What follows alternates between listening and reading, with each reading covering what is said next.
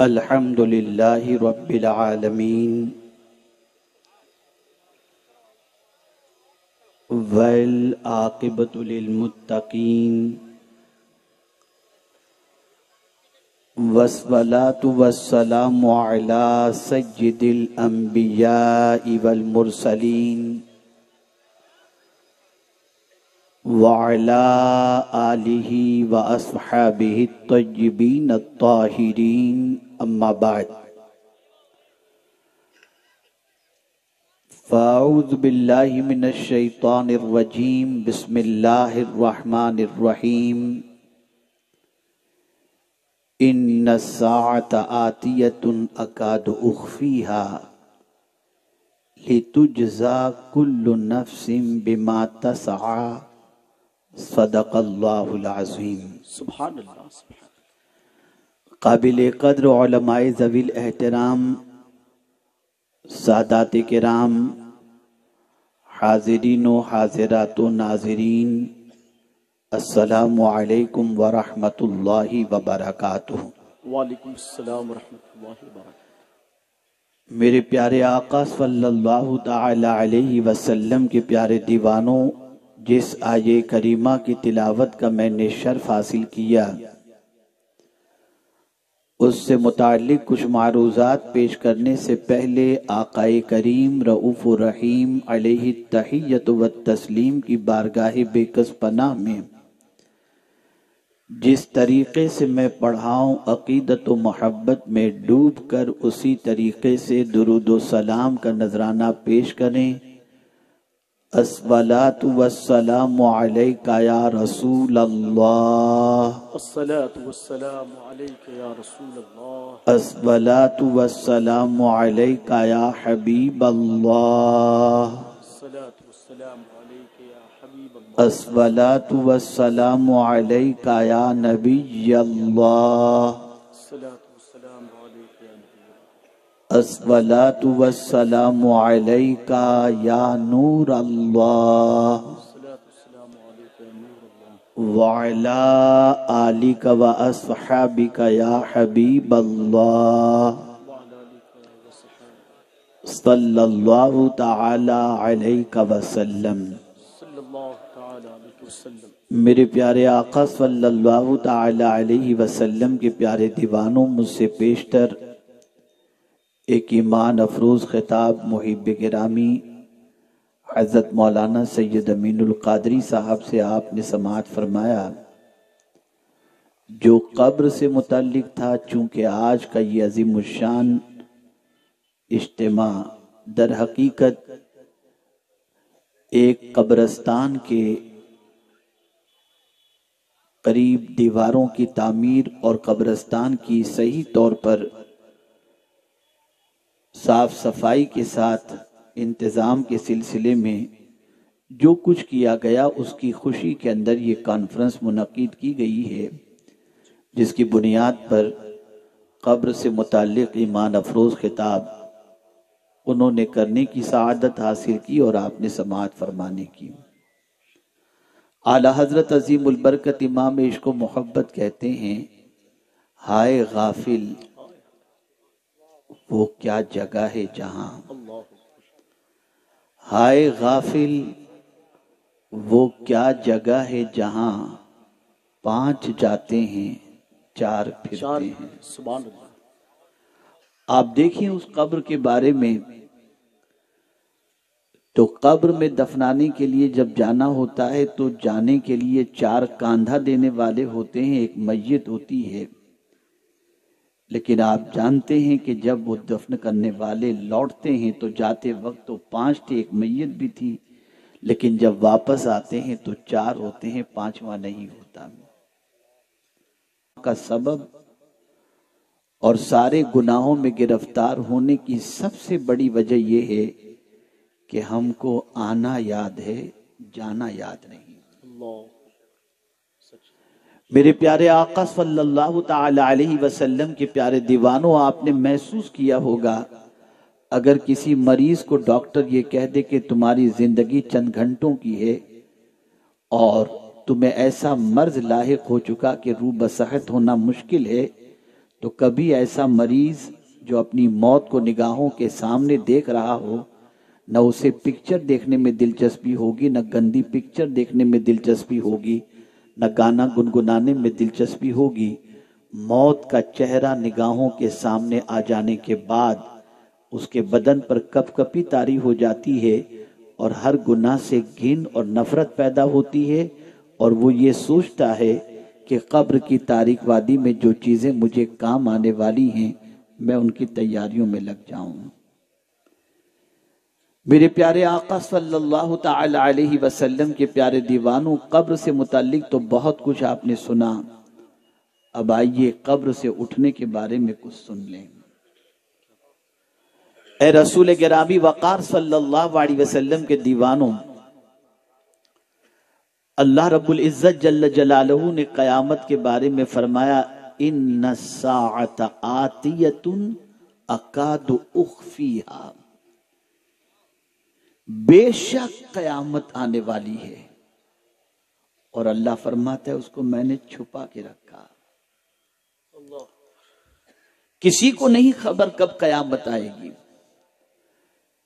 کسی کو کہیں نہیں معلوم، کبھی نہیں معلوم پڑا کہ کب قیامت کی سور پھونکی جائے گی اور انسان اس دنیا سے چلا جائے گا اور ساری دنیا ختم ہو جائے گی۔ میں گزارش کروں گا تھوڑا سا،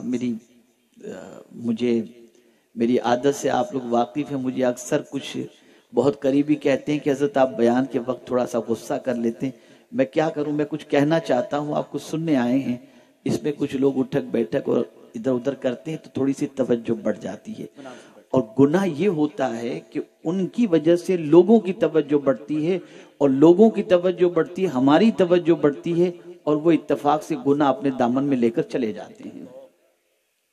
تو میں گزارش کرتا ہوں امتن گوش ہو کر سنیں،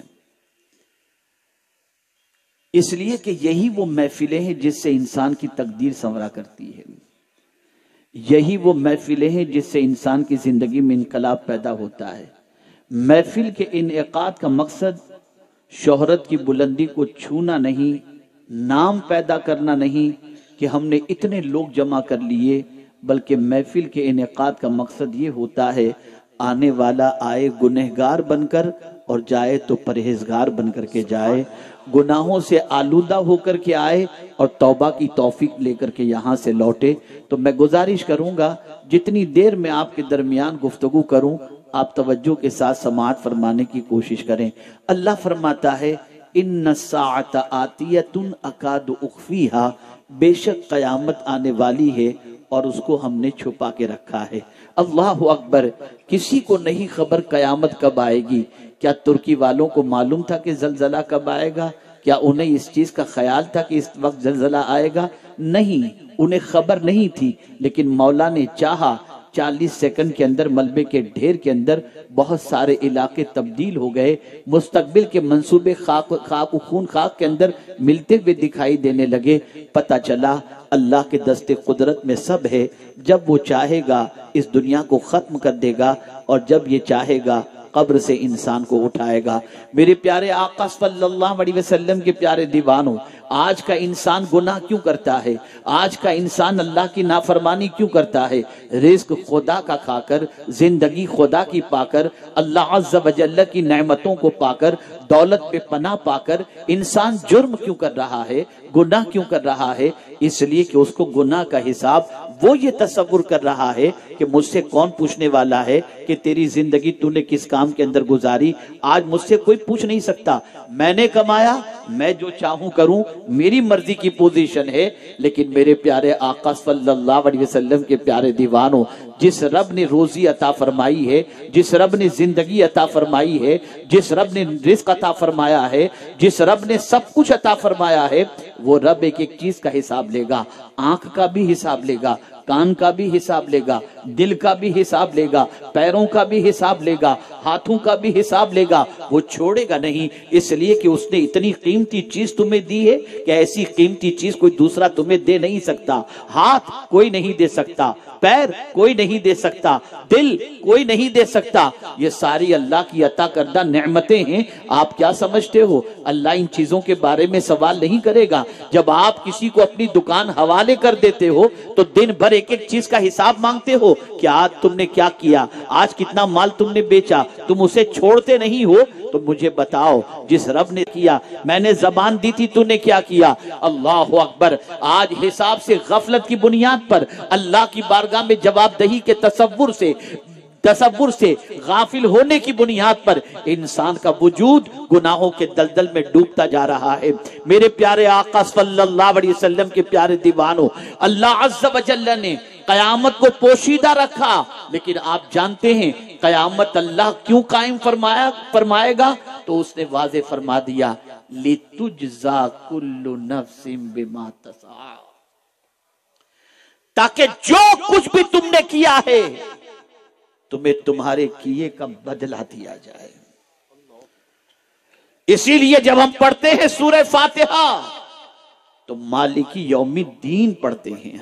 آپ نے کبھی محسوس کیا میرے پیارے آقا صلی اللہ تعالی علیہ وسلم کے پیارے دیوانوں, جو چاہو کر لو, جیسا چاہو کر لو, رات کی تنہائی میں کر لو, دن کے اجالے میں کر لو, لوگوں سے چھپ کر کے کر لو, کون ہم سے پوچھے گا؟ پوچھنے والی ذات رب کی ہے جس نے سب کچھ عطا فرمایا ہے. وہ ایک دن پوچھے گا اور ایک دن اس کو جواب دینا ہے. جب جواب کا تصور ذہن کے اندر آتا ہے, جب جواب کا تصور دل و دماغ پر چھا جاتا ہے, تو وقت کے جلیل القدر صحابہ کانپتے نظر آتے ہیں. اللہ اکبر. ہمیں جنت کا سرٹیفکیٹ نہیں ملا. میں آج پڑھ رہا تھا حضرت سہل تستری رحمت اللہ تعالی علیہ کا ایک قول نظر سے گزرا, میرے رونگٹے کھڑے ہو گئے. اللہ اکبر. حضرت سہل تستری رحمت اللہ تعالی علیہ فرماتے ہیں, اگر 50 سال تک بھی میں عبادت کروں تب بھی میں ڈرتا ہوں کہیں موت کے وقت میرا ایمان تو نہیں چلا جائے گا.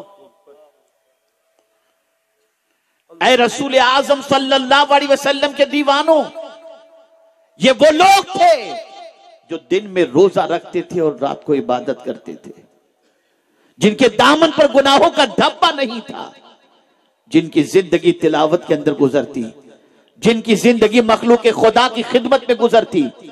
وہ جب تصور کرتے تو کانپ جایا کرتے تھے. لیکن آج ہمارا حال یہ ہے, ایسے بے باک ہو گئے کہ ہم سمجھتے ہیں ہمیں کون پوچھے گا, ہم جو چاہیں کریں. نہیں, ایک دن ہے پوچھنے کا, ایک دن پوچھا جائے گا, ایک دن اللہ پوچھے گا. اس دن کو اس نے رکھا ہے.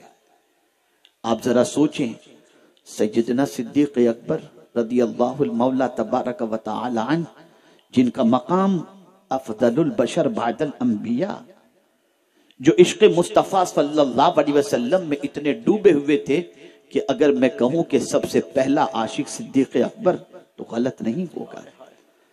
انہوں نے عشق میں مچلنے کا سلیقہ سکھایا, عشق میں تڑپنے کا انداز سکھایا, اور ان کا وصال بھی ہوا تو مصطفیٰ جان رحمت صلی اللہ علیہ وسلم کی محبت اور آپ کے ہجر و فراق کے اندر ہوا. لیکن آپ جانتے ہیں سیدنا صدیق اکبر رضی اللہ تعالیٰ عنہ کو, جن کو رسول اعظم صلی اللہ علیہ وسلم نے جنت کی بشارت عطا فرمائی, یار غار بھی بنایا, یار مزار بھی بنایا, وہ صدیق اکبر کہتے ہیں کاش میں کوئی چڑیا ہوتا, کوئی پرندہ ہوتا, لوگ مجھے کاٹ کر کھا جاتے تاکہ قیامت میں اللہ کی بارگاہ میں مجھے جواب دینا نہ پڑتا. آپ ذرا سوچو, اللہ کو جواب دینے کے تصور سے وہ صدیق اکبر جن کو جنت کی بشارت دی گئی, وہ لرز رہے ہیں, وہ کانپ رہے ہیں. مسلمانوں, میں آپ سے پوچھنا چاہتا ہوں, ہمیں تو کوئی جنت کا ابھی تک سرٹیفکیٹ نہیں ملا, پھر بھی ہم غافل, جو چاہیں کر رہے ہیں. اگر پتہ چل جائے کہ کل انکم ٹیکس کی ریڈ پڑنے والی ہے تو حالت خراب ہو جاتی ہے. ایک افسر کو جواب دینے میں ناک میں دم آ جاتا ہے, اس پروردگار کو جواب دینے کا کوئی خیال نہیں, جس کے بارے میں خود رب فرماتا ہے ان ربک لبالمرصاد. دنیا کے انسان کی پکڑ معمولی پکڑ ہے, لیکن رب اپنی پکڑ کے بارے میں فرماتا ان بطش ربک لشدید, کہ بے شک تیرے رب کی پکڑ بہت سخت ترین پکڑ ہے. اے رسول گرامی وقار صلی اللہ تعالی, سوچ بدلو. یہ نہ سوچو کہ تم کو زندگی اللہ نے دے دی تم تمہاری مرضی سے گزارو، نہیں، تم سے دولت کا بھی حساب لیا جائے گا، زندگی کا بھی حساب لیا جائے گا۔ اور میرے پیارے آقا صلی اللہ علیہ وسلم کے پیارے دیوانوں، حساب کے تصور سے جلیل القدر اولیاء صحابہ سب لرزتے تھے اور کانپتے تھے۔ آپ جانتے ہیں جب حساب لیا جائے گا تو کیا ہوگا؟ کبھی کبھی کچھ نیکیاں کرنے کے بعد، جیسے شب برات آ گئی، شب قدر آ گئی، ماہ رمضان کے روزے ہو گئے، انسان یہ تصور کرتا ہے کہ اتنا سب کچھ کر لیا نا، اب کوئی فرق نہیں پڑے گا۔ نہیں، میں آپ کو بتاؤں، کل بروز قیامت ایک ایسا شخص اللہ کی بارگاہ میں حاضر ہوگا جس کے نامہ اعمال کے اندر نیکیاں ہی نیکیاں ہوں گی، جس کا دفتر نیکیوں سے پر ہوگا، اور جب میزان کے اندر اس کی نیکیوں کے دفتر کو رکھا جائے گا، رب فرمائے گا اس بندے کو میرے فضل سے جنت میں داخل کر دو، میرے فضل سے۔ اب جب وہ بندہ یہ سنے گا کہ رب یہ فرما رہا ہے کہ میرے فضل سے جنت میں داخل کر دو، تو جانتے ہیں آپ، اسے اپنی عبادت یاد آئے گی، اللہ سے عرض کرے گا مولا جنت تو تیرے فضل سے مل رہی ہے، میں نے جو عبادتیں کی اس کا کیا؟ تب میرا کریم فرمائے گا فرشتوں اس کی ایک آنکھ نکالو، میزان کے ایک پلڑے میں اس کی آنکھ رکھو اور دوسرے پلڑے میں اس کی زندگی کی ساری عبادتیں رکھو۔ جب ایک آنکھ میزان کے پلڑے میں رکھی جائے گی اور دوسرے پلڑے میں زندگی کی ساری نیکیاں رکھی جائیں گی، نیکیاں کم ہو جائیں گی اور آنکھوں کا وزن زیادہ ہو جائے گا۔ رب فرمائے گا اب میرا عدل ہے، اس بندے کو جہنم میں ڈال دو، اس لیے کہ اس کی زندگی کی ساری نیکیاں میری ایک نعمت کا بھی صحیح معنوں میں حق ادا نہیں کر سکی۔ آپ مجھے بتاؤ میرے پیارے آقا صلی اللہ تعالی علیہ وسلم کے پیارے دیوانوں، کبھی آپ نے سوچا یہ آنکھ اللہ کی کتنی بڑی نعمت ہے، یہ پیر اللہ کی کتنی بڑی نعمت ہے، یہ ہاتھ اللہ کی کتنی بڑی نعمت ہے؟ ایک ایک نعمت کے بارے میں قیامت میں سوال پوچھا جائے گا، ثم لتسألن یومئذ عن النعیم، قیامت کے دن تم سے نعمتوں کے بارے میں پوچھا جائے گا۔ اللہ اکبر، میں حیران ہوں جب مولا علی کرم اللہ تعالی وجہہ الکریم نعمتوں کے بارے میں آقا کریم صلی اللہ علیہ وسلم سے پوچھتے ہیں کہ یا رسول اللہ صلی اللہ تعالی علیہ وسلم، سب سے پہلے قیامت میں کس نعمت کے بارے میں پوچھا جائے گا؟ تو فرمایا گیا جو ٹھنڈا پانی تم نے پیا ہوگا نا، اس ٹھنڈے پانی کے بارے میں پوچھا جائے گا۔ اللہ، ٹھنڈے پانی کے بارے میں۔ اللہ، آپ ذرا سوچو،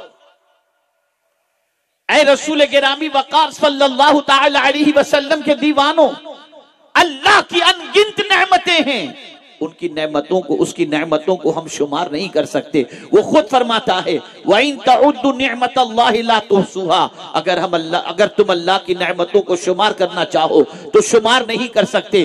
میرے پیارے آقا صلی اللہ تعالی علیہ وسلم کی صلاحیت ہے اس حساب کا، جو حساب دے اس کے نعمتوں کے حساب جواب دینے کا، اور حساب دینے کی طاقت ہے ہمارے پاس نہیں۔ وقت بھی اللہ کی نعمت ہے، زندگی بھی اللہ کی نعمت ہے، ماں باپ بھی اللہ کی نعمت ہے، اولاد بھی اللہ کی نعمت ہے، مال بھی اللہ کی نعمت ہے، اور یہ بھی یاد رکھیں جو سانس چلتی ہے نا، وہ سانس بھی اللہ کی نعمت ہے۔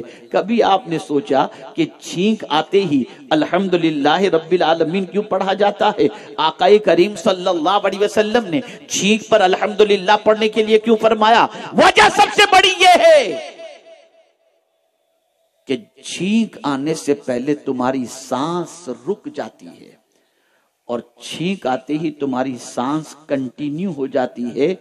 تو اس وجہ سے آقا کریم نے فرمایا نئی زندگی ملنے پر اللہ کا شکر ادا کرو کہ اے کریم تیرا شکر ہے کہ تو نے دوبارہ مجھے زندگی عطا فرمائی۔ میرے پیارے آقا صلی اللہ علیہ وسلم کے پیارے دیوانوں، یہی وجہ ہے کہ رسول اعظم صلی اللہ علیہ وسلم نے فرمایا جسم کے اندر 360 جوڑ ہیں اور ان 360 جوڑ کا شکر ادا کرنا ہر بندے کے لیے دن میں لازم ہے۔ سوال یہ پیدا ہوتا ہے یہ 360 جوائنٹس کا جوڑ کا شکر کیا ہے؟ تو فرمایا گیا سبحان اللہ کہنا، الحمدللہ کہنا، اللہ اکبر کہنا، صدقہ دینا، یہ ان نعمتوں کا شکر ہے، ان جوڑ کا شکر ہے۔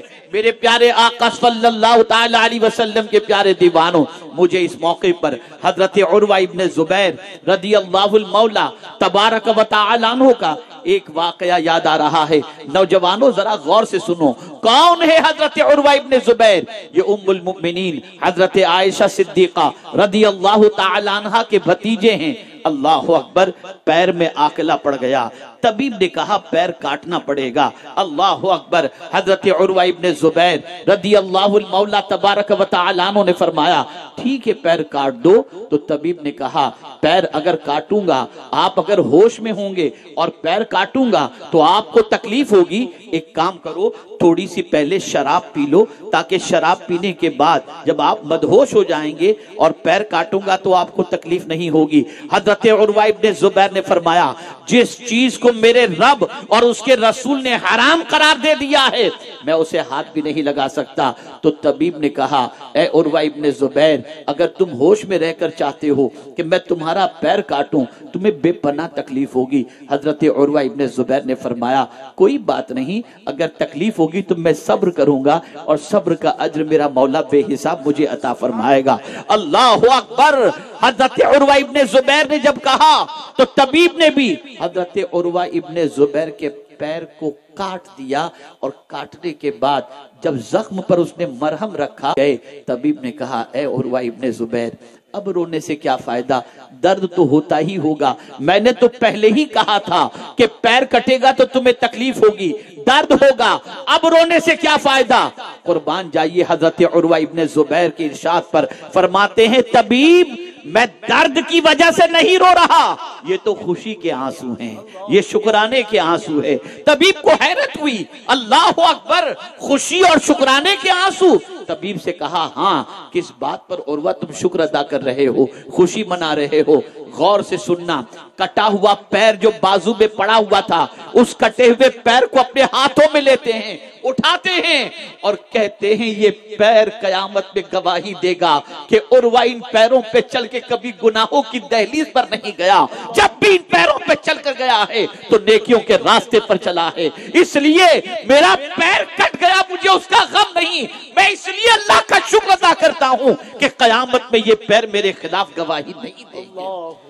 جب یہ تصور ہو، جب یہ ڈر ہو کہ قیامت میں پیر گواہی دینے والے ہیں تو کبھی ان پیروں پر چل کر کے گناہ کی دہلیز پر انسان نہیں جائے گا۔ کیا قرآن کی آیت آپ نے نہیں پڑھی؟ یوم تشہد علیہم السنتہم وایدیہم وارجلہم بما کانوا یعملون، جو کچھ بھی تم کرتے ہو، جو کچھ بھی تم کرو گے، ہر چیز کی گواہی ہاتھ بھی دیں گے، پیر بھی دیں گے۔ میرے پیارے آقا صلی اللہ تعالی علیہ وسلم کے پیارے دیوانوں، اللہ کی بارگاہ میں جواب دہی کے تصور کو اپنے دل و دماغ کے اندر محفوظ رکھیں، اللہ کی بارگاہ میں حاضری کے تصور کو اپنی زندگی کے اندر بالکل سامنے رکھیں، اس لیے کہ یاد رکھو میرے پیارے آقا صلی اللہ علیہ وسلم کے پیارے دیوانوں، جب انسان کے دل و دماغ پر حساب کا تصور غالب ہوتا ہے تو انسان اپنی زندگی کو گناہوں میں نہیں گزارتا۔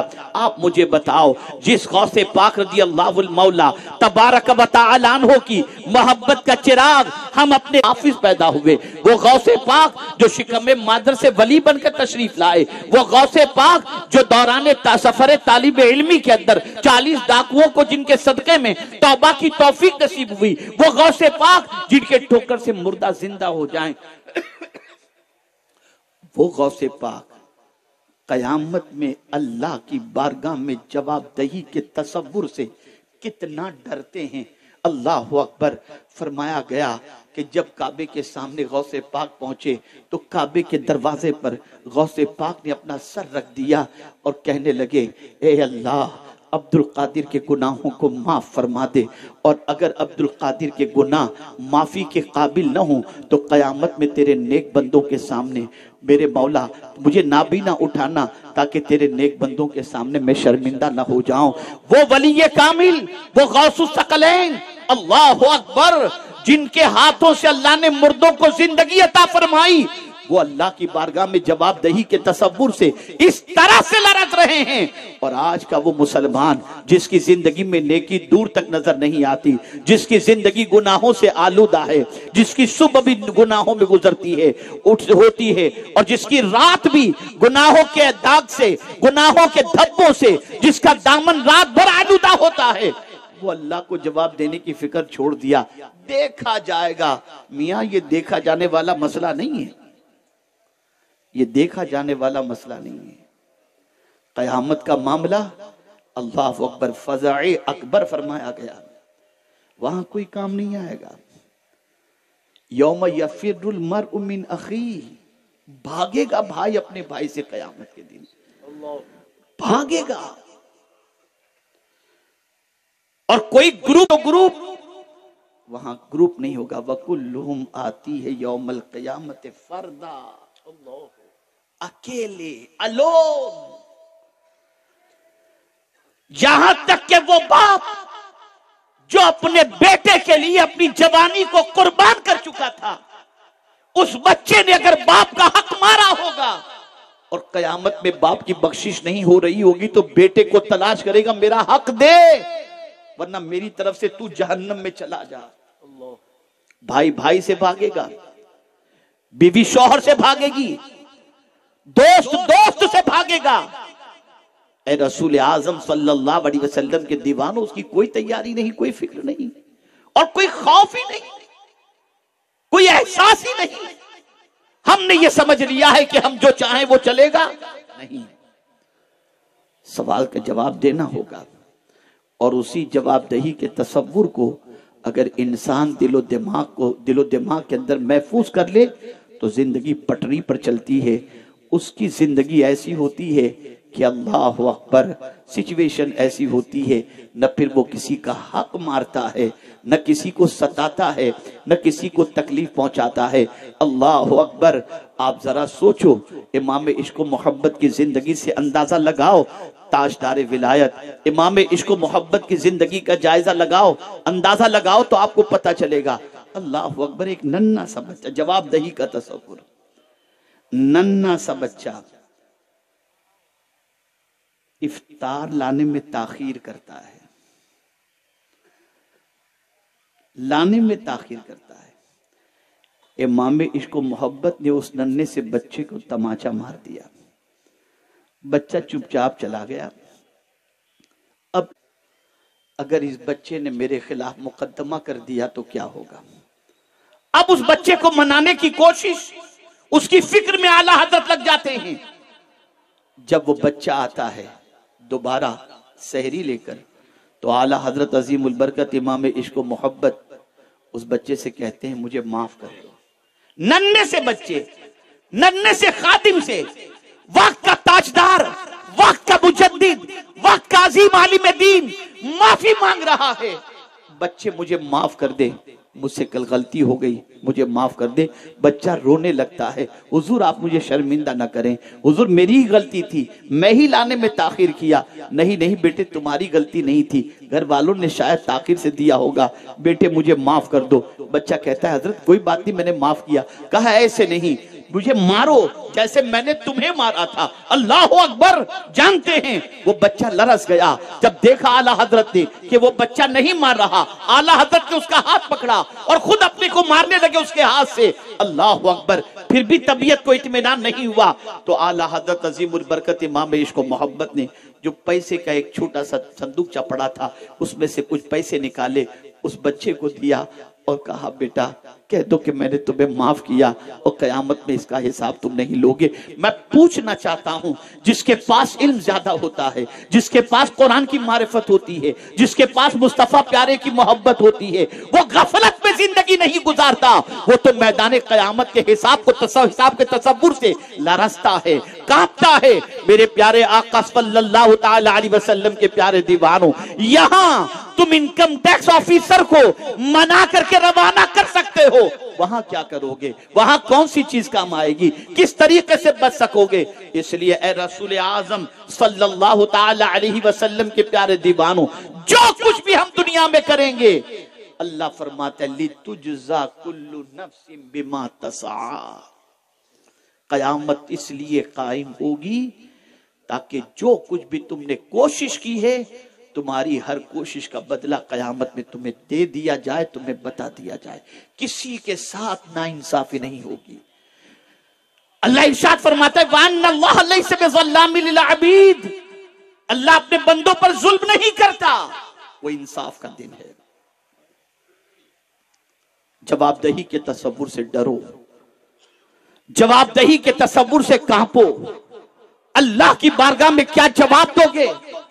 اسی لیے آقا کریم صلی اللہ علیہ وسلم نے فرمایا بندہ قیامت کے دن اپنی جگہ سے ہل نہ سکے گا جب تک کہ 5 سوالوں کے وہ جواب نہ دے دے۔ پہلا سوال عن عمرہ فیما افناہ، بندے تو نے اپنی زندگی کس کام میں گزاری؟ ایک دن کا سوال اگر ہم سے اللہ پوچھ لے آج کا دن تو نے کس کام کے اندر گزارا، ہے طاقت جواب دینے کی ایک دن کے؟ وہ پوری زندگی کا سوال پوچھے گا، وہ پوری عمر کا سوال پوچھے گا، میرے بندے تو نے زندگی کس کام کے اندر گزاری؟ اس کے بعد پوچھے گا وان شبابہ فیما ابلا، اپنی جوانی تو نے کس کام کے اندر گزاری؟ آج کا جوان یہ تصور کرتا ہے میں جو چاہوں کر لوں، مجھے کون پوچھنے والا؟ باپ کو جھڑکتا ہے، ماں کو جھڑکتا ہے، بچیاں ماں کو جھڑکتی ہیں، ماں کو جھڑکتی ہیں، مرضی کی زندگی گزارتی ہیں، کون ہے ہمیں پوچھنے والا؟ ہم جوان ہیں، ہے پوچھنے والی ایک ذات جسے رب کہتے ہیں، وہ جوانی کے بارے میں پوچھے گا۔ جوانوں اپنی جوانی کی قدر کرو، جوانی کی حفاظت کرو، اور آج تک اگر جوانی کے اندر گناہ ہو چکے ہیں تو پھر بھی تمہیں اللہ کا محبوب بننے کا نسخہ میں تمہیں بتا دیتا ہوں۔ جوان ہو، گنہگار ہو، پھر بھی اللہ کا محبوب بننا ہے تو نسخہ کیا ہے؟ تو آقا کریم صلی اللہ علیہ وسلم ارشاد فرماتے ہیں توبہ کرنے والا جوان اللہ کو بہت پسند ہے۔ اے جوان اگر تم توبہ کر لے تو تیرا توبہ کرنا اللہ کو بہت پسند ہے، اور تیرے توبہ کرنے کی بنیاد پر اللہ تجھے اپنا محبوب بنا لے گا، اپنا مقرب بندہ بنا لے گا۔ توبہ کرو، جوانی کے بارے میں سوال ہوگا۔ میرے پیارے آقا صلی اللہ علیہ وسلم کے پیارے دیوانوں، وہ لوگ جن کی عقل کی بنیاد پر لوگ سمجھتے ہیں کہ ہم جیسا چاہیں جس طریقے سے الٹ پھیٹ کر کے مال کما لیں، تو سرکار صلی اللہ علیہ وسلم فرماتے ہیں قیامت میں رب پوچھے گا وَعَمْ مَالِهِ مِنْ أَيْنَ اِكْتَسَبَ، بندے مال تو نے کہاں سے کمایا؟ پوچھا جائے گا کہاں سے کمایا، یہ سوال پوچھا جائے گا قیامت میں۔ اور صرف یہی سوال نہیں بلکہ پوچھا جائے گا وَفِيمَا أَنْفَقَا، اور کہاں تو نے خرچ کیا؟ پتا چلا اپنی مرضی سے عیاشیوں کے اندر خرچ تو نہیں کر سکتے۔ اگر یہ تصور کرو کہ میری مرضی سے، میری محنت سے میں نے مال کمایا، موج مستی نہ کروں تو کیا کروں؟ نہیں، مال کا حساب بھی اللہ کو دینا پڑے گا، اس کا سوال بھی اللہ قیامت میں پوچھے گا۔ اور اسی کے ساتھ ساتھ یہ بھی سوال پوچھا جائے گا بندے جتنا جانتا تھا اس پر تو نے کتنا عمل کیا، یہ سوال بھی پوچھا جائے گا۔ اور اس سوال پر وقت کے جلیل القدر علماء لرز جاتے، اسی لیے حضرت فضیل بن عیاض رضی اللہ المولا تبارک و تعالی عنہ اپنی والدہ سے اجازت لیتے ہیں، ماں مجھے اجازت دے تو شہر میں ایک بڑے خطیب آئے ہیں، میں ذرا ان کا خطاب سن لوں۔ ماں نے کہا بیٹا کیا وجہ ہے خطاب سننے جانے کی؟ ماں بہت اچھا بولتے ہیں اس لیے جانا چاہتا ہوں۔ ماں نے کہا نہیں بیٹے، اگر اچھا سننے کی غرض سے جا رہا ہے تو نہیں، ہاں اگر اس نیت سے تو جا رہا ہے کہ جو کچھ وہ اللہ اور اس کے رسول کی بات بتائیں گے اس پر تو عمل کرے گا تو میرے بیٹے تجھے جانے کی اجازت ہے، ورنہ جاننے کے بعد بھی اگر تو عمل نہیں کرے گا تو قیامت میں اللہ کو جواب دینا بڑا بھاری پڑ جائے گا۔ اے رسول اعظم صلی اللہ علیہ وسلم کے دیوانوں، ہم جانتے ہیں کہ اللہ رب العزت جل جلالہ کو جواب دینا ہے، لیکن اللہ کو جواب دینے کے سلسلے میں ہم کوئی تیاری نہیں کرتے، کوئی ایسا کام نہیں کر رہے جس کام کی بنیاد پر رب قدیر جل جلالہ کی بارگاہ میں جواب دہی کا معاملہ آسان ہو جائے۔ اب آئیے 2 آیتیں عرض کر کے میں اپنی گفتگو کو ختم کرتا ہوں۔ جانا ہے یہ تو طے شدہ بات ہے، دنیا کا کوئی شخص چاہے 100 سال کی عمر پالے 200 سال کی عمر پالے پھر بھی اسے مرنا ہے، یہ اپنی جگہ پر حق ہے، اور قیامت قائم ہوگی یہ بھی اپنی جگہ پر حق ہے، اور بندہ قبر سے اٹھایا جائے گا یہ بھی حق ہے۔ اب تھوڑی دیر توجہ چاہوں گا تاکہ آپ اچھی طرح سے محسوس کر سکیں۔ میرے پیارے آقا صلی اللہ علیہ وسلم کے پیارے دیوانوں، میں یہاں کے منتظمین کا مشکور ہوں جنہوں نے ایئرپورٹ سے 8 باؤنسر انتظام کر کے رکھے تھے، خیر سے لے جائے، کوئی تکلیف نہ ہو۔ ٹھیک ہے اپنی جگہ پر، مجھے اسی موقع پر آیت یاد آئی، اللہ اکبر۔ آپ یقین مانیں ایک عجیب سی کیفیت پیدا ہوئی، قیامت میں بھی بندہ جائے گا،